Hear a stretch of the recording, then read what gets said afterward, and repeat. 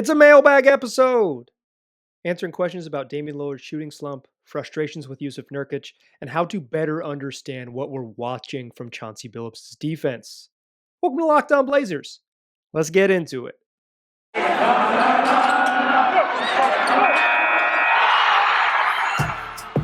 You are Locked On Trailblazers, your daily Portland Trailblazers podcast.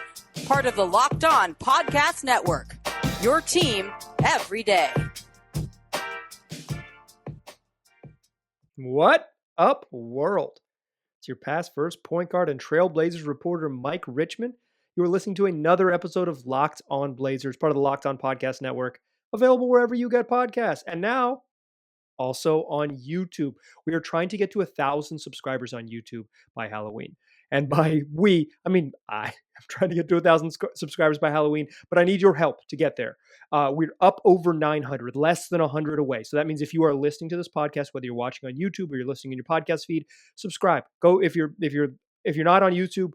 Go to YouTube right now, search Locked On Blazers and subscribe to the show. If you are watching the show on YouTube, hi, it's nice. I'm really happy to have you here. Go ahead and mash that subscribe button. We're going to get there. I can feel it, but I need your help to get to 1,000. 90 of you roughly, give or take, maybe 95. I haven't checked, but somewhere in the 90 to 95 range. Subscribe on YouTube. Let's do it. Today's episode is also a mailbag episode, a special delivery mailbag. We do a mailbag episode each week. We answer listener submitted questions all episode long. If you want to get involved, there's two ways to do it. You can tweet at me at Mike G. Rich. Just send me a tweet whenever you're thinking of it. Helps if you tag it as mailbag, but I'll see it and save it in my little Word doc. Or you can watch my Twitter feed when a day of the show, I will send out a tweet soliciting questions. You respond to that tweet. I will do my best to get you in a show or save it for a future show. If you're not a Twitter user, for someone who doesn't tweet, you can just email me, lockedonblazerspod@gmail.com. That's the two ways to do it. That's lockedonblazerspod@gmail.com. Let me repeat that for you. Two ways to do it. Like I said, we do this every week. It's a ton of fun. So if you want to get involved in a future one, hit me up at either of those spots. Neither snow nor rain nor heat nor gloom of night stays mailbag from your ears. So without further ado, let's get into it. The first question comes from Isaac at Isaac is a Bucket on Twitter, who asks, is Dame's poor shooting the downfall of the Blazers season so far, or is it more than that? And this is what we're going to talk about in the first segment. A lot of people are worried about Damian Lillard shooting. He's 2 for 24 from deep, 18 for 50 from the floor. He's missed some good looks. Like, it's undeniable. He's bricked some shots he can make. Some side steps, some catch and shoots, not just the one that would have sent it into overtime against the Kings. That was one of the harder ones. We're talking easy, clean ones that even non-Damian Lillards can make. He's a superhuman. He shoots, he's one of the best shooters in the league, certainly one of the best sort of difficult three-point shooters in the league. He's a career almost 38% three-point shooter, and that's like after having some down years early in his career. Like he has over the last 3 or 4 years transformed himself into really truly one of the great shooters in the league, trending towards being one of the great shooters in the history of the league. So him going 2 for 24 has caught everybody's attention. But to answer the basic question from Isaac, it's not the only downfall, but it has so many domino effects. Like, I don't think the Blazers played pretty much any defense against the Clippers, but if Dame, but the offense didn't allow them to be in the fight, because they might be a bad defensive team, but like be able to get into shootouts, right? They're going to be a good enough offensive team on many nights to be competitive. And I think Dame's offensive struggles, they have ripple effects, because if he can't get it going as a long range bomber, then the defenses don't have to drag out as far, or they're just not, they don't get punished for when they make mistakes. And then the pick and roll with him and Yusuf Nurkic is less potent because he isn't as dangerous. We're talking like he makes 2 or 3, you're stepping 2 or 3 feet forward and you're helping and you don't want to leave him and all these things. And then when he's moving off the ball, he's it's more attention. The people are going to stay more attached to him. He's still going to get the respect. He's one of the great shooters in the league, but I'm talking a half a step. And that's maybe the difference in the Blazers having the paint clogged and turning the ball over a whole bunch and just like I'm scoring 86 points against the Los Angeles Clippers on Monday night. Like, it feeds into so many things. So I think it's a huge deal. in terms of like them. They probably beat the Kings if he has a normal shooting night, even if he makes two of the 9 threes that he missed. I think they maybe beat the Kings. Like he had two in the final 2 minutes that are just wide open looks. Even before the three he missed at the buzzer, just like clean, wide open sidesteppers that he can really, really hit. It is without a doubt a problem, a notable thing, an issue. And Dame says that he said today at practice that he feels like he's playing well. He's just missing shots. Um, if he's hurt, and that could be a thing, like he could be hiding some sort of nagging injury. He's not going to tell us. He's not going to use that as an excuse. If I get a chance to on Wednesday's game against the Kings, I'll straight up ask him if he has any nagging injuries. But he's not going to use that as an excuse. He's he dealt with that abdominal thing at the beginning of last season, and he dealt with it again at the Olympics in Tokyo. It was reported, and I think he said as much on the record. But like, if that's still a thing, he's not going to use that as an excuse. So even asking him or saying that, like, if he's playing, he's healthy, that's just how he rolls. But it's been a big deal. It isn't the only thing wrong with the Blazers. Like, their transition defense is a mess. And they've had some trouble just with their defensive rotations just being sharp. Sometimes they played hard enough to kind of cover it up sometimes, but when they don't have that requisite effort like they did against the Clippers, their sloppy rotations get exposed and they get beat up, and that's what happened. So I think Dame shooting is the biggest story, but not the only downfall of the season thus far.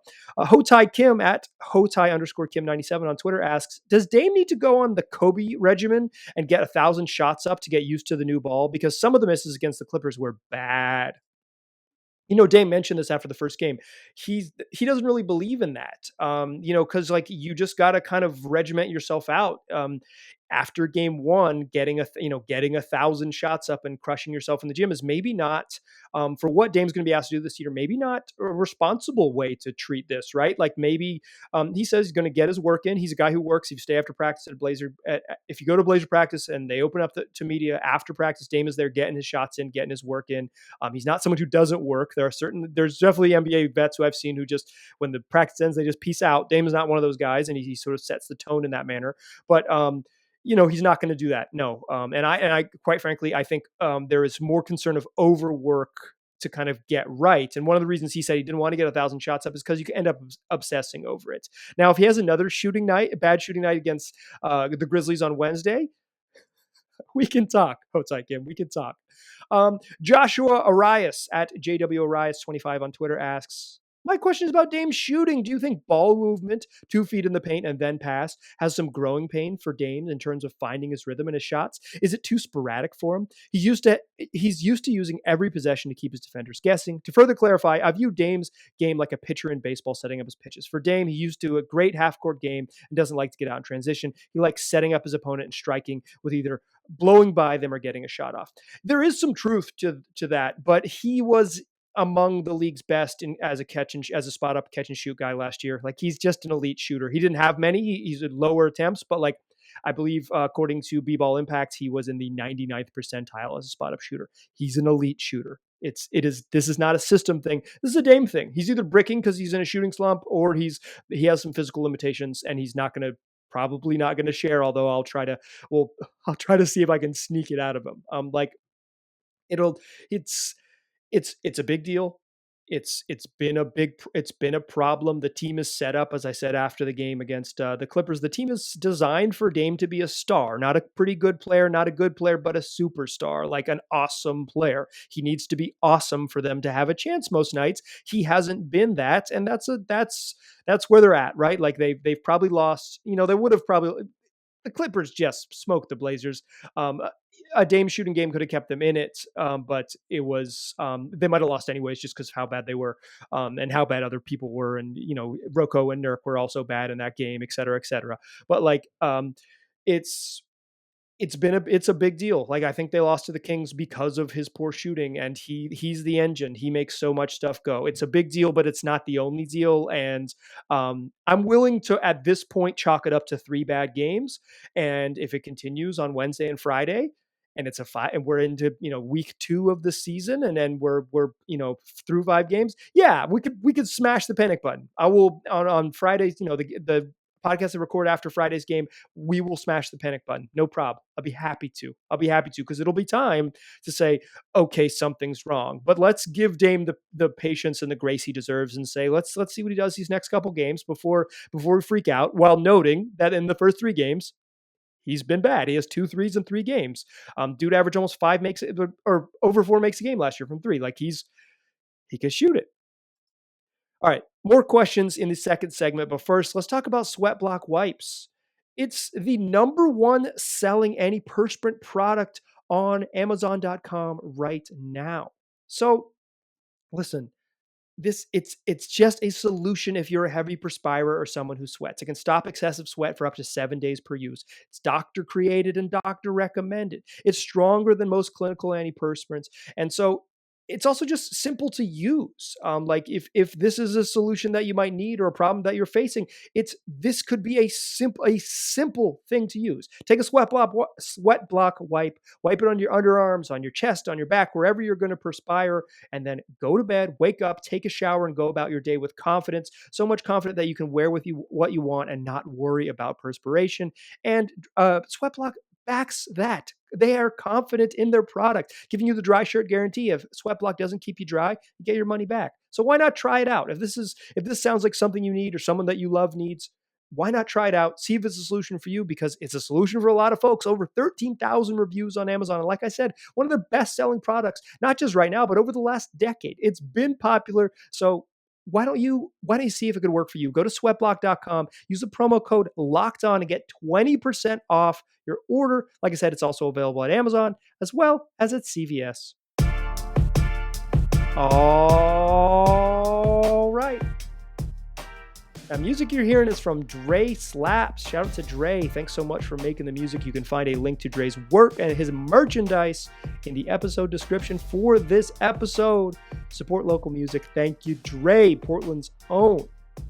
Also, thank you, dear listener, for making this podcast your first listen every day. It's free 5 days a week, wherever you get podcasting on YouTube. It's the only daily Trailblazers podcast. If you want to know what's happening with the team and stay abreast of all things every day of the week, this is the place to do it.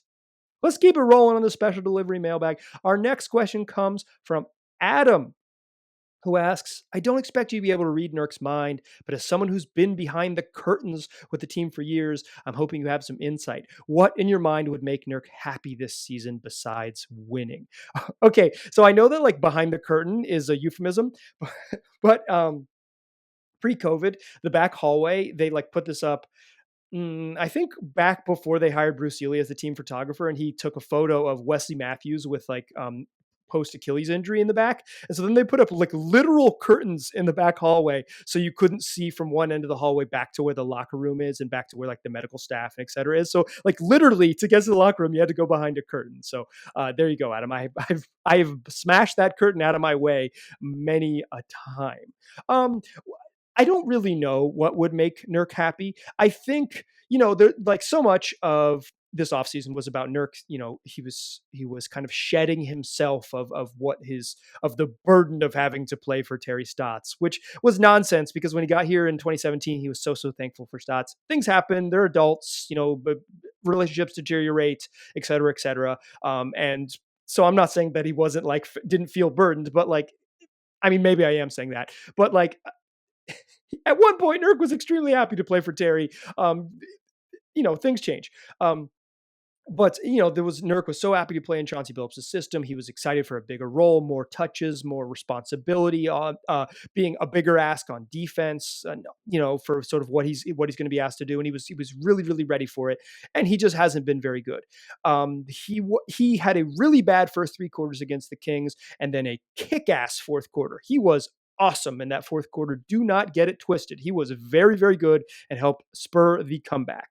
Wasn't particularly good against the Suns, but the Blazers didn't need him. Like it just wasn't a Nurk game. And sometimes your teammates go nuts. Sometimes Dame, or sometimes CJ and Norm go nuts in the first half, and the game gets blown. It's just over before you have a chance to contribute.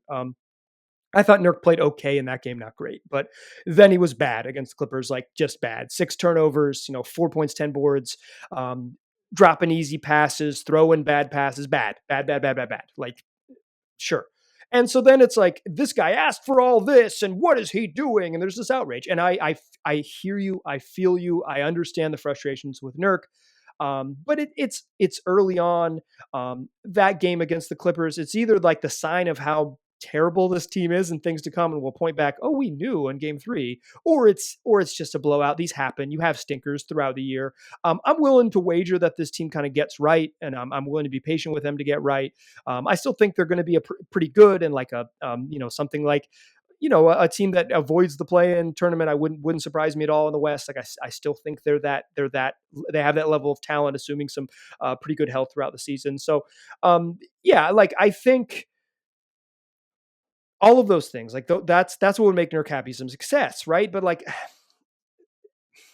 some of it is unknowable. Does Nurk need to score? Does Nurk need the ball? Does Nurk need all these things? I don't know. I think the winning will cover up a lot of it, but I do think Nurk wants responsibility. I think he was frustrated with having to go in the playoffs, having to guard Nikola Jokic one-on-one and getting just barbecued sometimes, and not getting more help there. I think he was mad with not getting more post touches.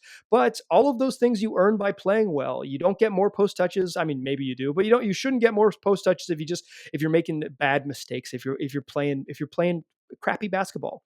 So to me, this is like, I don't know what would make Nurk happy. I know number one is team success. Like he will be on good behavior if the team is winning.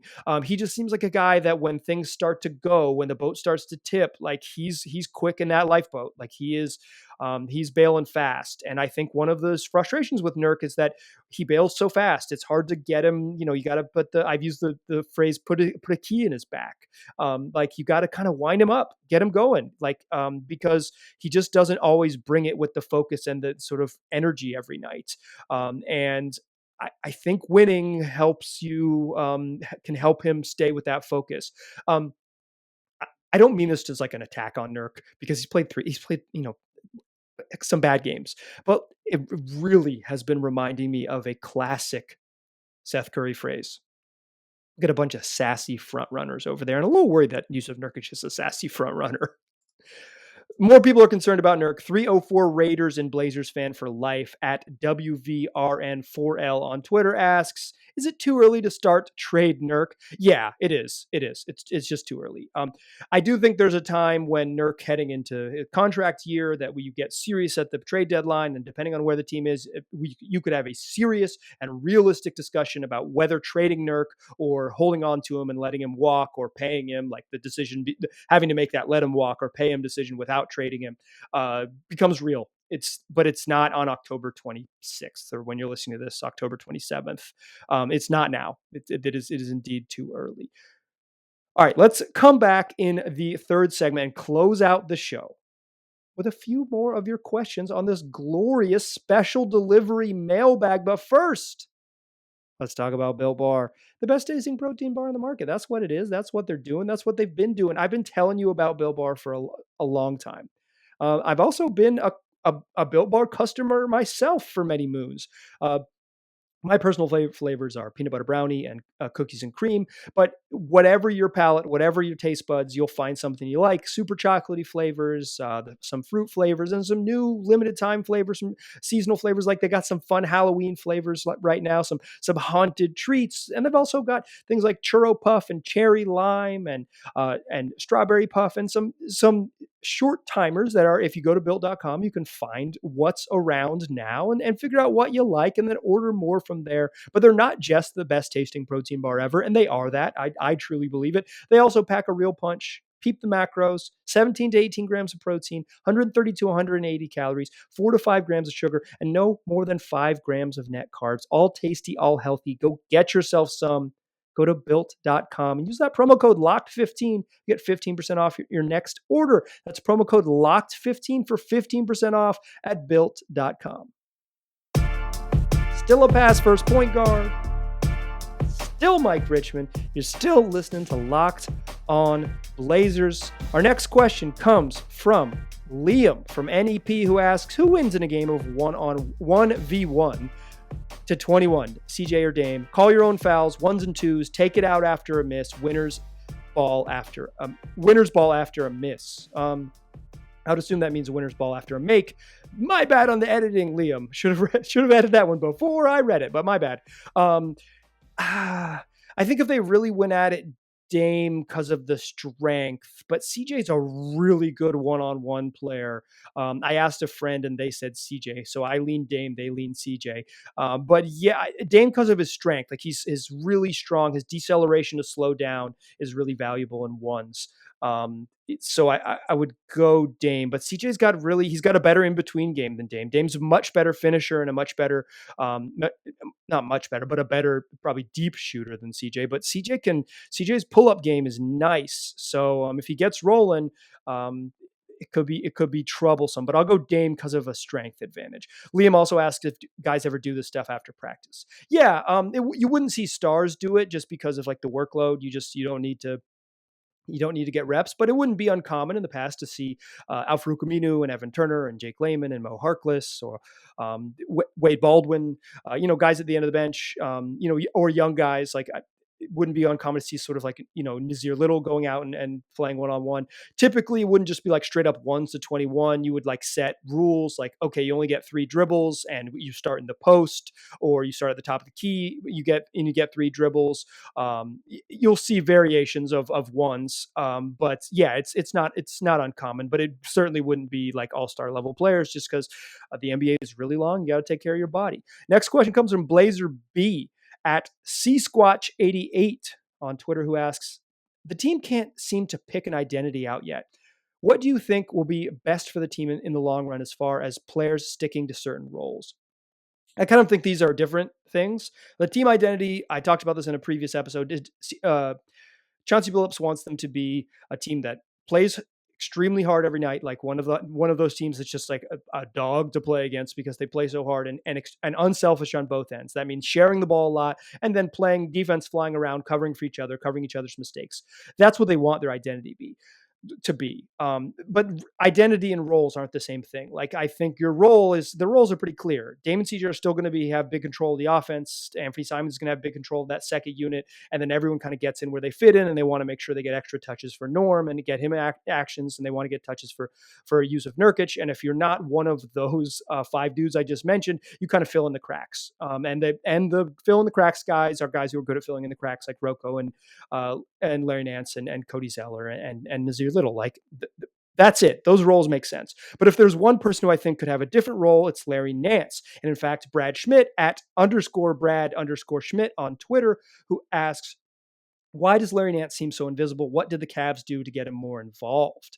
And Lovebug Starsky at De La Sol Uno asks a similar question. Do you envision Nance having a bigger role, especially with the second unit? He has the tools to be a bigger presence, or do you think he's slowly acclimating to being on the new team? I think the answer is the second part. Lovebug Starsky's just acclimating to a new team. 3 games in, trying to figure out where you fit and all those things.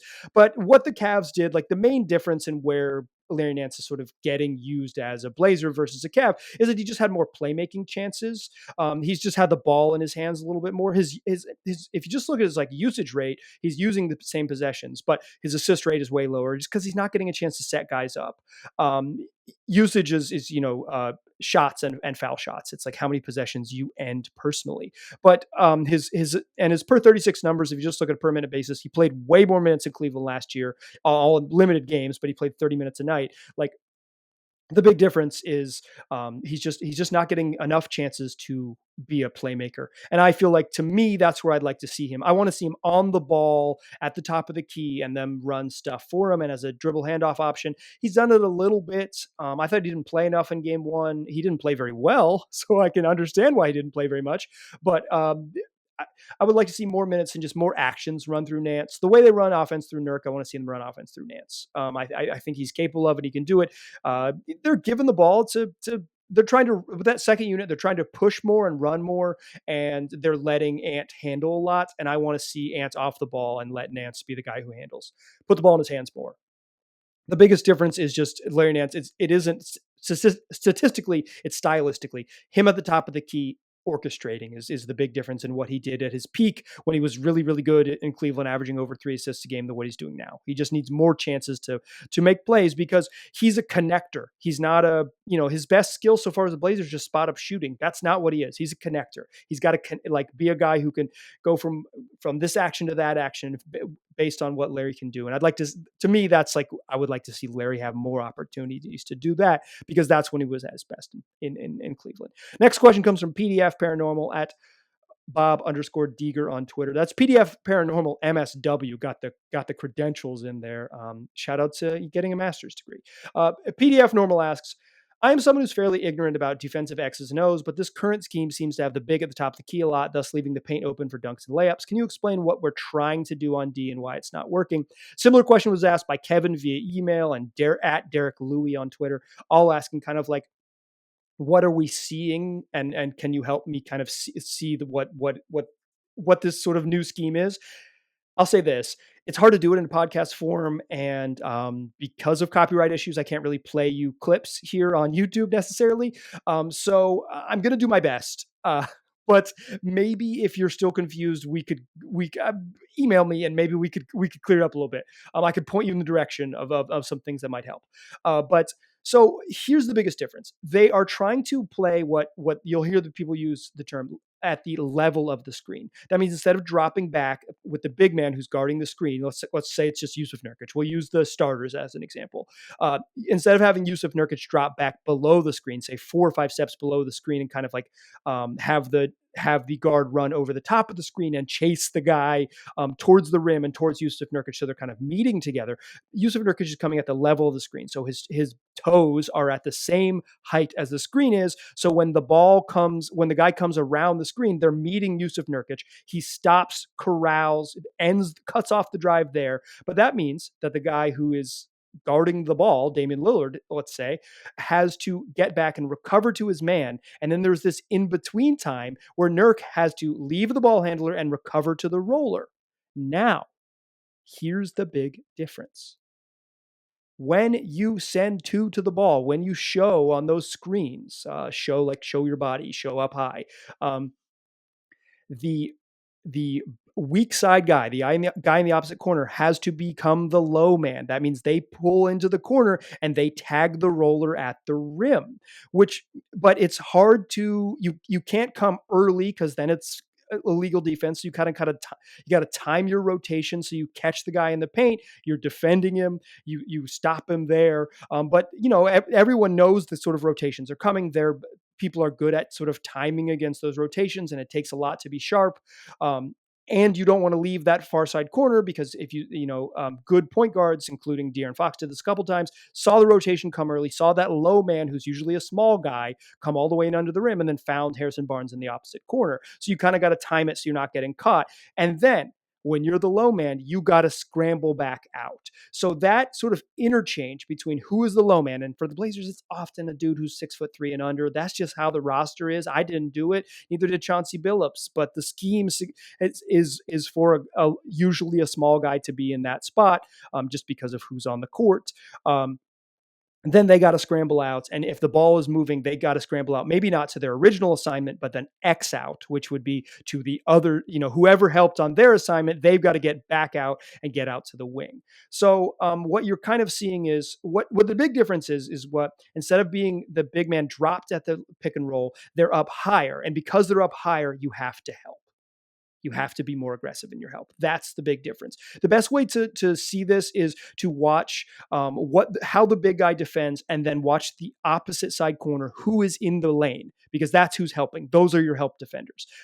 Who comes all the way into the lane, and then where do they go once they're already in? So you got to watch, once you recognize what's happening on the ball, watch the guys off the ball. That's the best way to see NBA defense. The best way to start understanding NBA defenses is watching what guys off the ball were doing. The whole sort of idea of playing drop coverage and then this scheme that Terry Stotts had implemented his second season with the Blazers, and they'd run since the 2014-15 season, is that, since the 2013-14 season, is that the drop coverage avoids rotations. So you stay home. Everybody stays home. That's the whole point. And you only have to rotate if someone gets beat off the dribble. In the current defensive scheme, they are intentionally putting themselves into rotations to be a little more aggressive, to kind of to make it a little harder. They're not particularly good at it right now. They'll get there, we think, or they'll improve a little bit, but that's kind of where we are.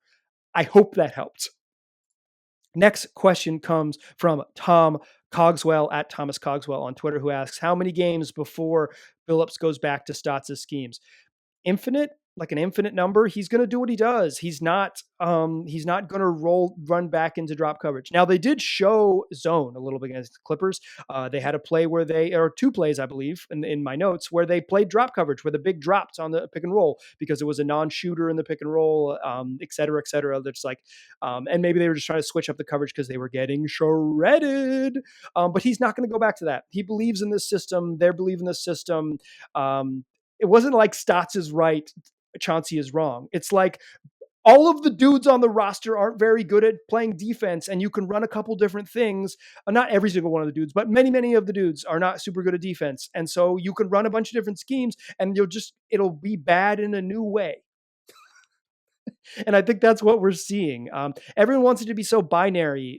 Stotts versus Chauncey, and is Billups right or was Stotts right or is this that? Is just more nuanced than that. And so much of it is Jimmy's and Joe's and not X's and O's. Next question comes from Mobius, who asks, how long should the front office hold out on potential trades? Billups is getting his foothold on the roster, but to me, it's obvious that some of the pieces don't fit the philosophy. Is the front office willing to give Billups the help he needs? I don't know what necessarily you mean by that. I feel like there's some subtext there that maybe I'm missing. No one's going to get traded until December 15th. December 15th is when players who signed deals this offseason could be traded. And then January 15th, everyone in the league, guys who signed 1-year deals this offseason, be eligible to trade as well. So really, trade season isn't going to start until December 15th, and it's not really going to heat up until the middle of January. But no, you got to figure out, you have to see more than 3 games before you bail on this. It is too early. In fact, that's why a lot of people ask trade questions, and I just kicked them for this episode because let's get 5 games in. Let's get 5 games in and then worry about shuffling the deck. Because right now it's a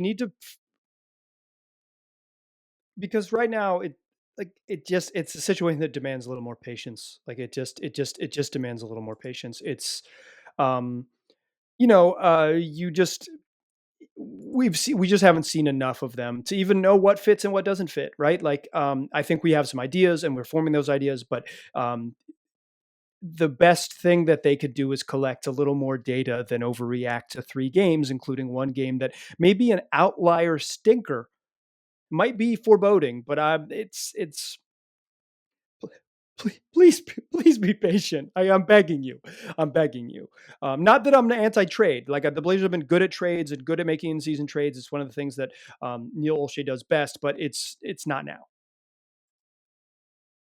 Next question comes from Mark, who asks, what's the relationship between Dame and CJ using energy to generate more defensive stops and their offensive production? How do you talk about the net benefits to the team of them playing better team defense in a way that persuades them to marginally sacrifice on offense? Mark also asks if there's any models out there. I don't know about statistical models, but I've heard people smarter than me suggest, like NBA people working in the league, suggest that they believe and teams believe that dribbling is the most taxing part of an NBA player's job. Like if you put the on-ball offensive creation is really exhausting, and maybe the way to sort of lessen a guy's load is to take him off the ball a little bit, and then you can ask him to do more on defense. So the idea is that I think here's what the sell is, quite frankly, is that you say you have to play this hard on defense. This is required. And because we are demanding this level of effort on defense, because that is the requisite for us to be a good team. And that is, if you believe everything that Chauncey Billups has preached isn't just lip service, and you really do believe he's going to put an address on it and hold people accountable and all that stuff. And Chauncey had really good quotes following the Clippers game. He was strong in saying, do you want to do the right stuff that you need to win? Good quote. Awesome to hear. But if you believe the stuff he says has like plays out in the games, um, then it is you say you have to play this hard on defense. And because we're asking you to do this much on defense, you just have to take a marginal step back on offense. And that means play off the ball a little bit more, let Ant do his thing, let Norm do his thing, give Nurk a few touches because, at crunch time, we're going to give you the ball and you're going to get to send us home, but we've got to be smart about how we use you in the first few quarters. It's just it is a tough needle to thread, but if you are willing to trust Chauncey's word that accountability, and particularly accountability on defense, is like part and parcel of his identity as a coach and exactly who he's going to be as a coach, then you start there. This is what's required on defense, and to get to that point, here's what we'll do on the other end. Next question comes from Brandon Sprague at Brandon Sprague on Twitter, who asks, if you describe the Portland Trailblazers as a meal, which meal would they be? Breakfast, lunch, and dinner? So I ran this by my family members, my wife and sister-in-law, and we all immediately came to the same conclusion. Lunch. They are not an indulgent, fun fuel for your day breakfast. They are not the type of meal that gets you going and sets you up. And they aren't a fancy dinner out. They are, to quote a family member of mine, a meal without dessert. They are lunch. They are a sandwich. That's who they are right now. They're fine. They're fine, and a nice little breakup and a nice part of your day and something that you probably enjoy. I'm a lunch guy. I love me a lunch, but they aren't the thing you're meeting up with friends for. They are not a fancy brunch, and they aren't your steak dinner yet. They might be able to graduate beyond lunch, but right now everyone in this household said lunch. Excuse me, they're lunch right now, Brandon. Next question. The final question of the show comes from Joe at Blazers Joe on Twitter. Blazers Joe asks, let's say we all give this new version of the team 20 games to get into a groove. Amen, Blazers Joe. Amen. That's why I close with this, because this is rational patience. Joe continues, what's the worst record they can have and still have a realistic shot at top 6 by the end of the season? I think 8-12 is too far back. I don't. Coming into today, there were three teams in the West with winning records. Everyone else is 1-2. It feels like the sky is falling here. It feels like the sky is falling in LA, where both LA teams are 1-2. It feels like the sky is falling in other parts, like in places in Denver where they lost a home game to the Cleveland Cavaliers. It's they also lost tonight, but I was doing the standings before Tuesday night's games. They're just not that far out of it. It's just they could be 8-12 and still recover and get 6th.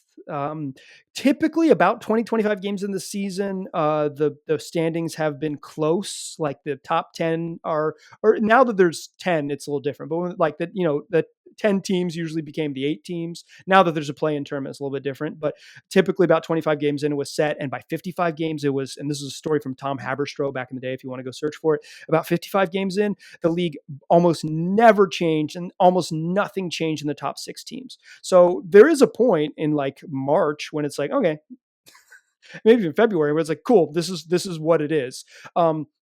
But 8-12 through 20 games it'll be bad. It'll feel bad. It won't be a good look. It'll be a really bad start to the season, no doubt about it. And it could have big domino effects in terms of trades and attitudes and all these things. People lose their jobs for losing games in the league. It is just how it works. But I don't think 8-12 is like is a team that is doomed. I absolutely do not think that. I absolutely do not think that. Where would I draw the line? I'm sure you're asking, is like 6-14. I think they're cooked at 6-14. 8-12.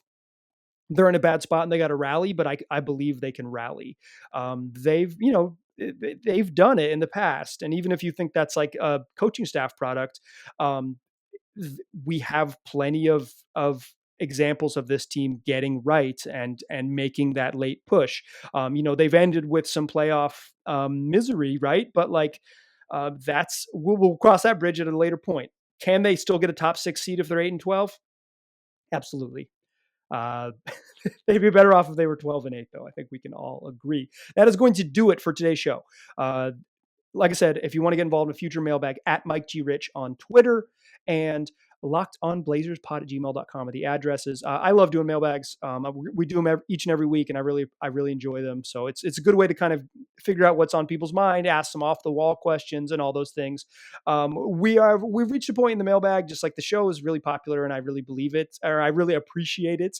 But I can't get everyone's questions every week. I used to be able to do it. I feel that feels good. And it also feels bad. So if I missed your question this week, I'm going to save it. I'll try to get to it in the future. But Locked On Blazers is a bigger community than it once was. And I thank you so much for making it that. That really, I truly, truly love you for it. So thanks, all y'all. Like I said, subscribe to the podcast on YouTube. We're trying to get to 1,000 subscribers by Halloween. Less than 100 to go. We got about 5 days left. I need your help. Go to YouTube right now. If you're hearing my voice this late in the podcast, if you made it this far, go to YouTube right now. Subscribe to the show. Blazers play the Grizzlies on Wednesday night. Should be a really good game. Heading into tonight's game, the Grizzlies had the number one offense and the 30th ranked defense in the NBA, according to points allowed per possession. So expect a lot of points. They've been really good. Really, 2-1, some impressive wins. Their only loss to the Lakers, who were desperate for one. They beat the Clippers, the team that just shellacked the Blazers. So should be a really fun game. We have a recap after that game in your feed. So check your feed on Thursday for a recap of Blazers Grizzlies. And then on Friday, Jason Quick of The Athletic is going to join the show. So make sure you do not miss that one. No one has been covering the team longer and better than Jason. He's a good friend of mine, a good friend of the show, and he's going to be an interview you don't want to miss. So make sure you come back Friday.